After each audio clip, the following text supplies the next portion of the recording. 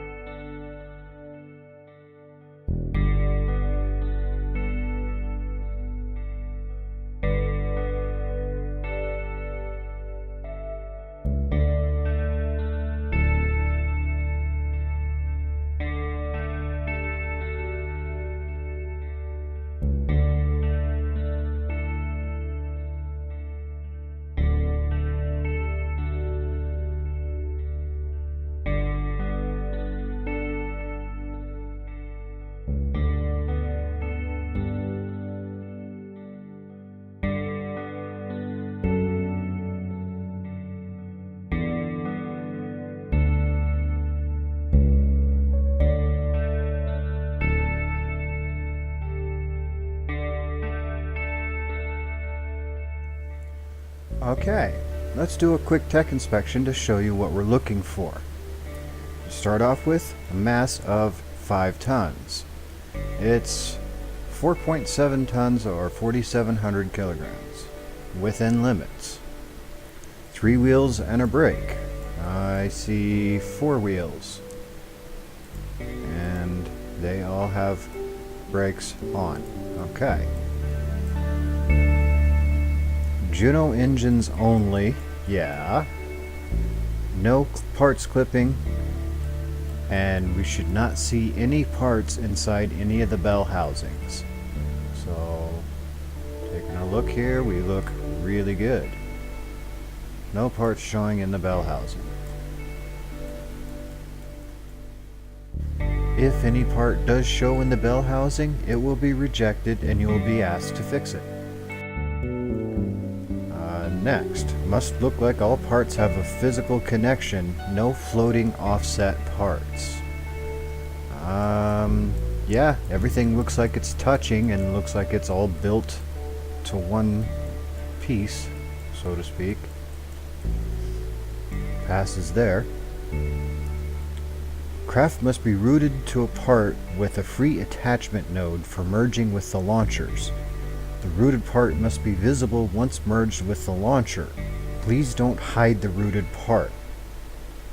If you wish, you can put it inside a cargo bay as long as I can see it and click on it with the bay doors open. So his routed part is right here. So I can grab this and grab the whole car, attach it to the launcher. Now to simulate that, I will take a decoupler that is the same one I use in the launcher, and I will place it there. What I want to be able to do is once it's placed on this decoupler, I want to be able to still reach this routed part and be able to click it so I can take it and offset it where I need it to be. Okay? This craft is an example of one that did not pass this part of inspection. When it attaches here to merge, let's find it. Come on. I know you're there. There we go.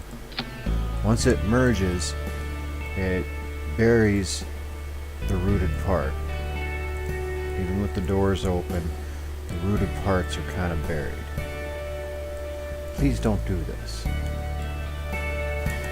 The owner has since updated the craft, and let's see how it connects.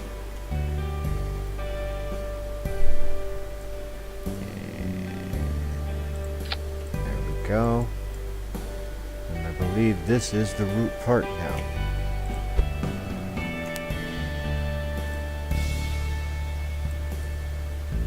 Okay. That's absolutely perfect. Now I can adjust it without having to worry about losing parts or leaving anything behind. When it sets up, it's ready to go. Next, must have a cockpit or command seat with a Kerbal. I have the Take Command mod so I can load Kerbals from the spaceplane, VAB, or runway. His is sitting inside the bay here. Okay, nice little seat there. Kerbal just fits inside there really snugly. So far so good. Must stay balanced on its own from loading to the end of the runway. And this is to the end of the pavement of the runway without any control input. SAS will be used, but reaction wheels are not required. So let me put it on the runway, and we'll test fire it down the runway to see if it goes straight. Put the SAS on. And fire.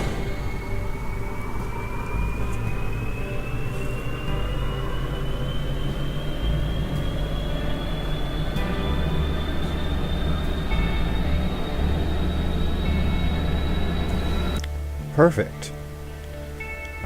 The last part of this, the craft should be thoroughly tested and in working order when sent. If it breaks any of the standards, you will be contacted, so corrections may be made before the next races are held. Races are run every time we have 6 qualified racers. Let's talk about some of the mods I added to ensure accuracy this time around. First, I brought in Kerbal Engineer, so I have accurate speed count here. Also gives me delta V, thrust, mass, and a few other things in here. I've also downloaded the Races mod. You've noticed the arches over the runway. These are checkpoints, and it records the time through each checkpoint. So once you go through here, it records a time halfway, and then it records a time for full length. The best time at each checkpoint is recorded. So we'll have on hand the best time at all times. To slow things down so we can actually see what happens, like photo finishes, we have time control. With time control, I can actually slow down time and make it come down to a stop. And I will show you examples of these with my single launcher here. This is my test launcher. It's the same setup as the full 2-car launcher, just has 1 car. This launcher is used to simulate race conditions where we launch the craft at full thrust. It's also to see if the craft will go straight when launched at full thrust. Okay, we wind it up until we see our thrust. It just about matches what our potential thrust could be.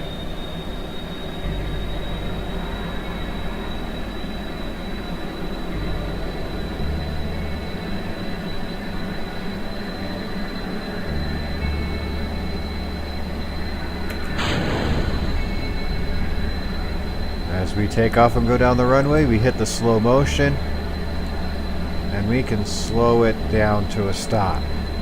Bring it up to full speed, or stop. 22 seconds into that last checkpoint.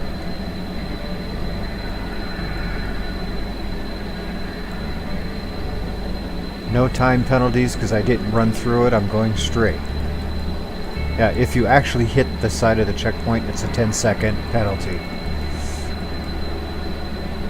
And we can, oops, that's speed control or throttle. Don't want to mess with throttle.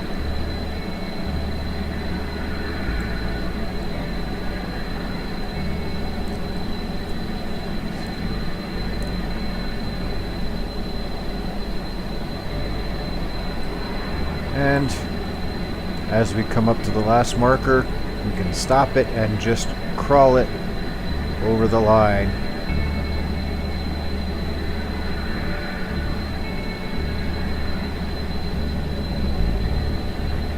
There we go. Through the marker, 416. At a speed of 334.89.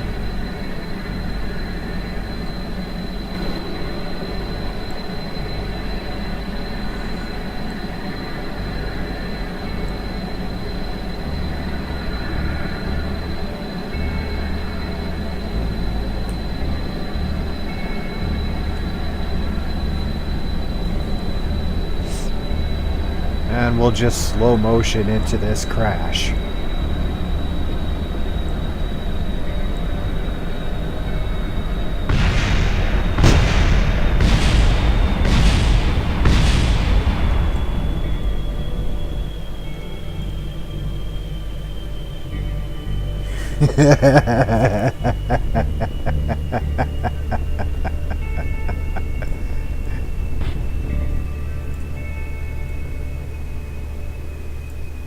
That's pretty cool. I like that.